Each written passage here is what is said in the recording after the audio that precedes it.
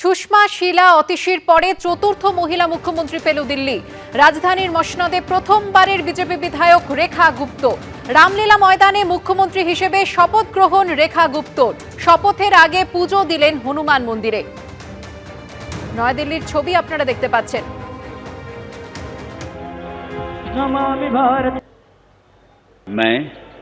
मैं रेखा गुप्ता ईश्वर की शपथ लेती हूं कि मैं विधि द्वारा स्थापित भारत के संविधान के प्रति सच्ची श्रद्धा और निष्ठा रखूंगी। আসছি পরের খবরে। ঘাটাল মাস্টার প্ল্যান নিয়ে রিপোর্ট দেওয়ার জন্য আরো 2 সপ্তাহ সময় চাইল রাজ্য। সময় দিলেন প্রধান বিচারপতি।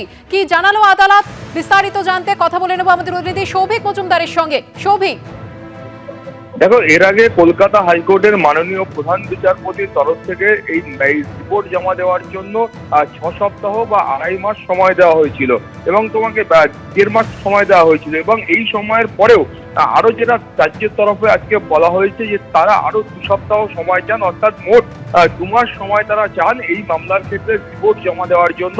কারণ এই সময়ের মধ্যে বেশ কিছু ঘাটাল মাস্টার প্ল্যানের ক্ষেত্রে বেশ কিছু অগ্রগতি হয়েছে, ফলত সেই সময় তারা চান। তার প্রেক্ষিতে প্রধান বিচারপতির তরফ থেকে সেই সময় বরাদ্দ করা হয়েছে। তোমার মনে থাকবে যে মূলত মাননীয় প্রধান বিচারপতি এর আগে যেদিন কলকাতা হাইকোর্টে এই মামলার শুনানি হয় সেই সময় তিনি কিন্তু সরকারের তরফে যে রিপোর্ট পেশ করা হয়েছিল সেই রিপোর্টে অসন্তোষ ব্যক্ত করেছিলেন। P4 insulated water tanks, kitchen and bath fittings, বিশুদ্ধ জল, সুস্থ জীবন, P4 আজীবন।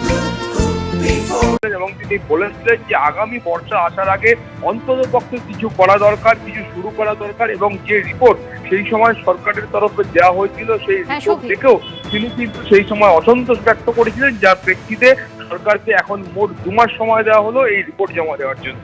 ধন্যবাদ সৌভিক।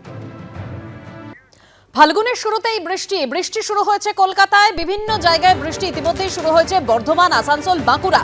আমার 2 প্রতিনিধি এই মুহূর্তে সরাসরি রয়েছে। একদিকে ধর্মতলা থেকে পার্থপ্রতিম ঘোষ, অন্যদিকে হাওড়া থেকে রয়েছেন শিবাশিস মৌলিক। আমি প্রথমেই পার্থর কাছে যাব। পার্থ, গাঙ্গেয় পশ্চিমবঙ্গে জোড়া ঘূর্ণাবর্ত এবং তারই জেরে এই বৃষ্টি হচ্ছে এবং তার সঙ্গে ঝোড়ো হাওয়া সেটাও কিন্তু বইছে। ইতিমধ্যে আলিপুর আবহাওয়া দপ্তর যে বিষয়টা জানাচ্ছে এবং যেটা অনেকেই জানতে চাইছে যে কলকাতায় যে বৃষ্টি হচ্ছে তা কদিন চলবে। আলিপুর আবহাওয়া দপ্তর যা জানাচ্ছে সেটা হচ্ছে আগামী শনিবার পর্যন্ত এই পরিস্থিতি থাকবে। মাঝে মধ্যে কলকাতায় হালকা থেকে মাঝারি বৃষ্টি হবে এবং সূর্যের দেখা সেটা কিন্তু মিলবে না। কখনো বৃষ্টি থামবে, কখনো বৃষ্টি হবে, এইভাবেই কিন্তু চলবে। ইতিমধ্যে দক্ষিণবঙ্গের বিভিন্ন জেলায় সেখানে কিন্তু বৃষ্টি হচ্ছে। অন্যদিকে পশ্চিমের জেলাগুলিতে কিছু কিছু জায়গায় বৃষ্টির সঙ্গে যেটা শিলাবৃষ্টি সেটাও কিন্তু ওই এলাকায় হচ্ছে এবং এটা এই পরিস্থিতি আগামী শনিবার পর্যন্ত থাকবে বলেই আবহাওয়া দপ্তরের তরফ থেকে জানানো হচ্ছে।